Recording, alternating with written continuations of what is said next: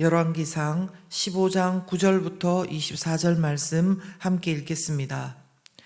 이스라엘의 여로보암 왕 제20년에 아사가 유다 왕이 되어 예루살렘에서 41년 동안 다스리니라. 그의 어머니의 이름은 마아가라 아비살롬의 딸이더라.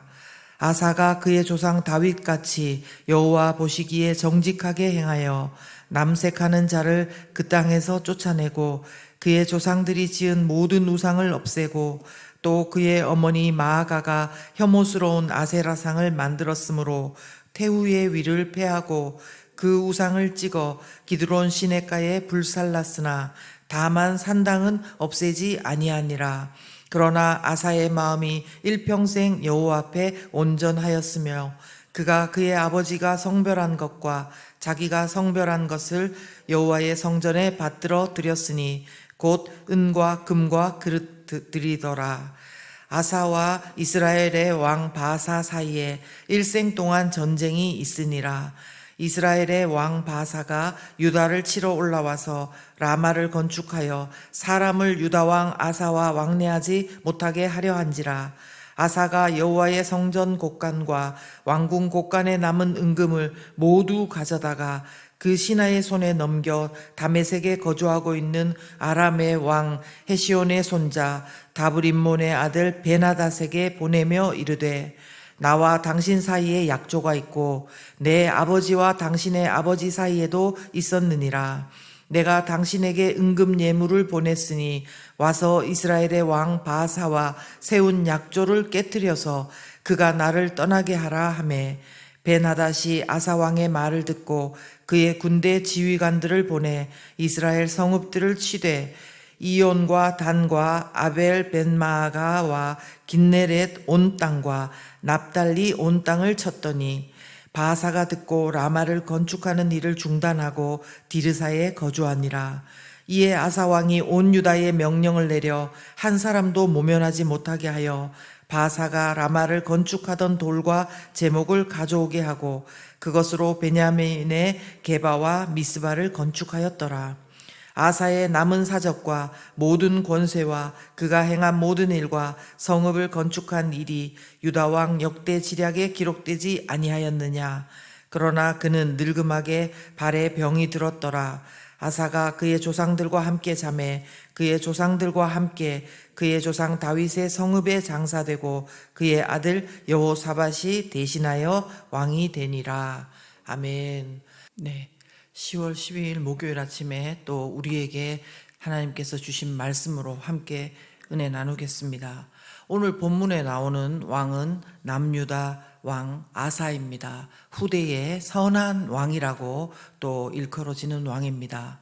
그의 아버지는 아비얌 왕이었고 3년간의 다스림 이후에 그의 아들 아사가 왕으로 다스리게 되었습니다. 어제 본문에 보시면요. 아비얌에 대해서 이렇게 기록했습니다. 그의 아버지가 이미 행한 모든 죄를 행하고 그의 마음이 그의 조상 다윗의 마음과 같지 아니하여 그의 하나님 여호와 앞에 온전하지 못하였다. 이것이 바로 아비얌 왕에 대한 성경의 기록이었습니다. 아버지의 죄를 끊어내지 못하고 마음이 하나님 앞에 온전하지 못했다는 것입니다. 그러나 너무나 다행스럽게도 오늘 본문의 아사 왕은 완전히 다르게 하나님께 인정을 받고 있습니다. 마음이 하나님 앞에 일평생 온전하였다. 14절 후반에 그런 귀한 영광스러운 말씀으로 인정을 받았다는 것입니다. 자, 그렇다면 하나님께서는 아사 왕의 어떤 모습을 하나님 앞에 온전하였다고 인정해 주셨을까요?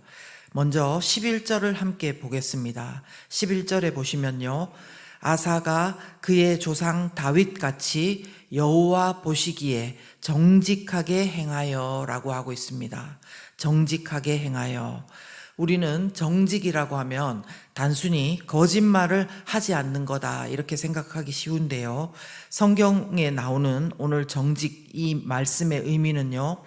하나님의 명령과 뜻에 따르고 순종하는 것을 정직으로 표현하고 있습니다.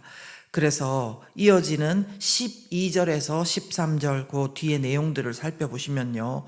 먼저 첫 번째는 남색하는 자를 그 땅에서 쫓아냈다라고 합니다. 남색한다는 것은 이스라엘 땅의 원주민이던 가나안 족속이 섬기는 우상의 신전에서 자신들의 예배의식을 따라서 성전에서 매음을 하던 남자들을 말합니다. 그런데 이들을 그 땅에서 쫓아내었다 이렇게 말하고 있는 것입니다.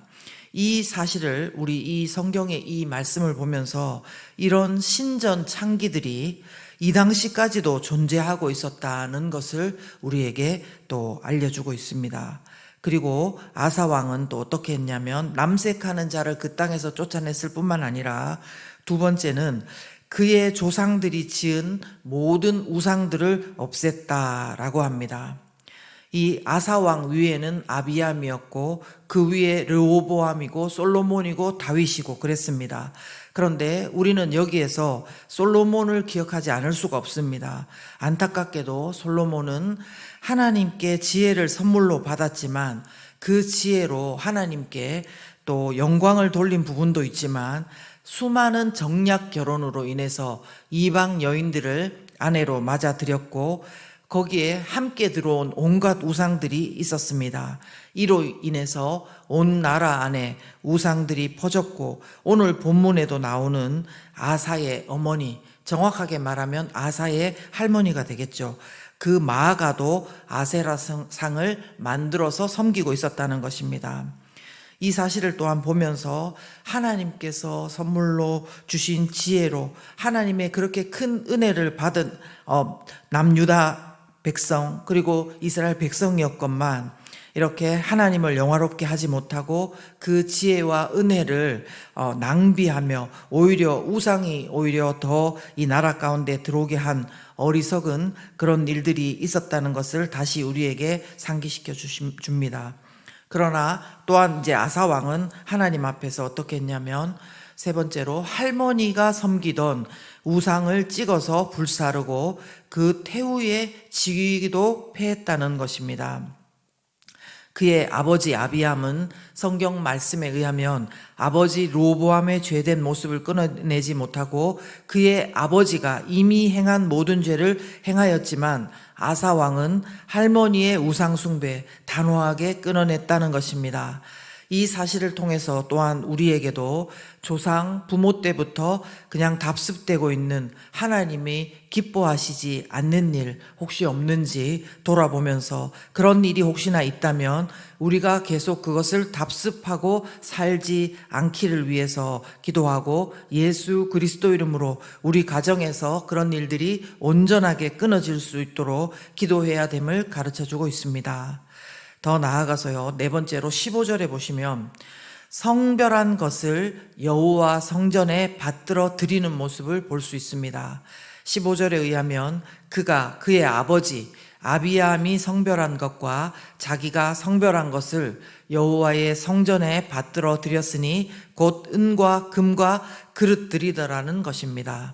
아버지 것 자기 것 중에서 귀한 것을 모아서 하나님께 드렸다는 것입니다.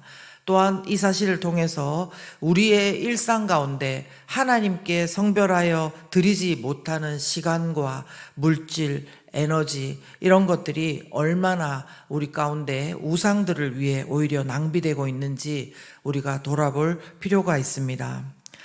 자, 살펴본 것처럼 아사왕의 이런 모습들, 남색하는 자를 쫓아내고 조상들이 생기는 우상을 패하고 할머니가 섬기는 그 우상을 찍어서 불사르고 태우에 지기도 패하고 성별한 것을 여호와의 성전에 받들어 드리고 이 모습들이 바로 하나님께 마음이 일평생 여호와 앞에 온전하였다고 인정받은 이유였습니다. 그래서 실로 놀라운 이 역사, 종교개혁이죠. 이런 역사들이 아사왕을 통해서 온 나라 안에 일어났던 것입니다. 그러나 여기서 우리가 잊지 말아야 될 것이 있는데요. 하나님의 이 인정하심은 아사왕의 완벽함이나 완전함은 아니었다는 것입니다. 이게 무슨 말이냐면 성경에서 그것을 더 말씀해 주고 있는데요. 읽으신 대로 아사왕은 우상들은 없앴습니다. 그러나 14절에 보시면 산당은 없애지 않았다. 그렇게 기록되어 있고요.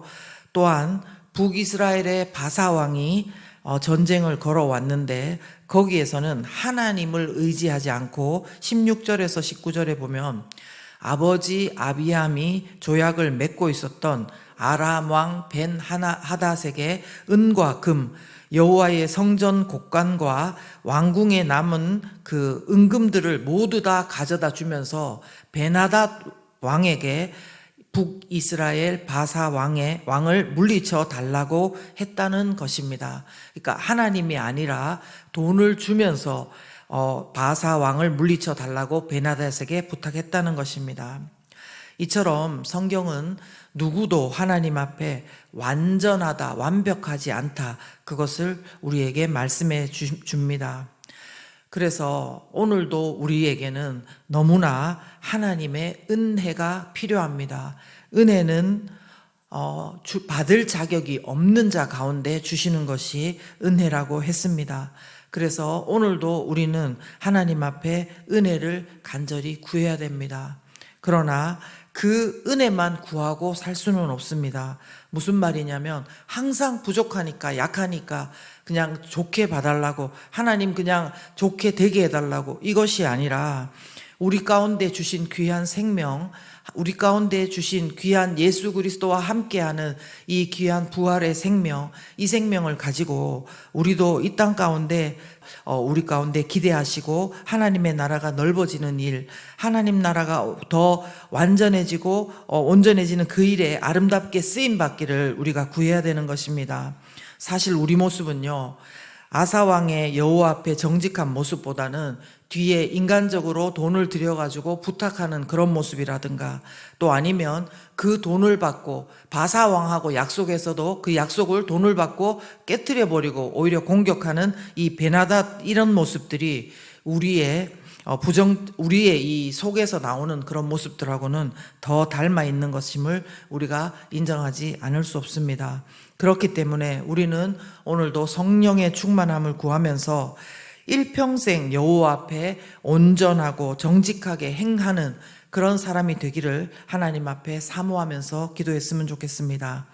우리로서는 이룰 수 없는 일이겠지만 우리 하나님 아버지께서는 언제든지 하나님을 예배하고 하나님을 영화롭게 하고 하나님 앞에 살아가기를 사모하는 이들에게 오늘도 지금도 성령의 충만함으로 때를 따라 도우시는 은혜로 우리의 인생을 하나님 앞에 온전하고 정직하게 행할 수 있도록 이끄실 줄 믿습니다. 저와 여러분이 하나님께 이런 마음의 간절한 기도를 드리며 하나님의 영광스러운 통로로 쓰임받기를 바라고, 우리의 인생도 하나님 앞에 완벽하지는 않지만 마음이 온전하고 일평생 여호와 앞에 마음이 온전하다, 정직하게 행했다, 이렇게 인정받고 칭찬받는 인생 되길 예수 그리스도 이름으로 축원합니다. 이 시간 함께 기도하겠습니다.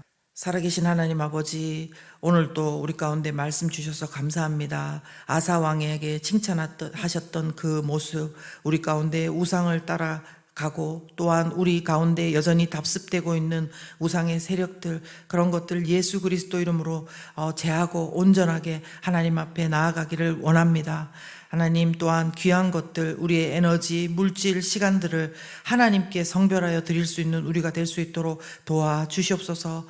하나님께 은혜를 구하지만 또한 성령의 충만함을 우리 가운데 주셔서 하나님 앞에 정직하게 행하며 살아갈 수 있도록 도와주시옵소서. 추수감사절기 예배를 또한 통하여서 그 모든 일정들을 통하여서 하나님, 우리가 더욱더 말씀을 새기고 우리 마음 가운데 하나님 인도하셨던 그 감사가 넘침으로 말미암아 기록된 말씀을 살 수 있는 그 능력과 힘을, 은혜를 베풀어 주시옵소서. 오늘도 우리 가운데 함께 하시는 하나님을 찬양합니다. 이제는 우리를 위해서 십자가에서 죽으시고 부활하신 예수 그리스도의 은혜와 오늘도 우리를 붙드시고 인도하시는 하나님의 놀라우신 사랑과 성령의 충만하심이 영원토록 우리 가운데 함께 계시기를 간절히 축원하옵나이다. 아멘.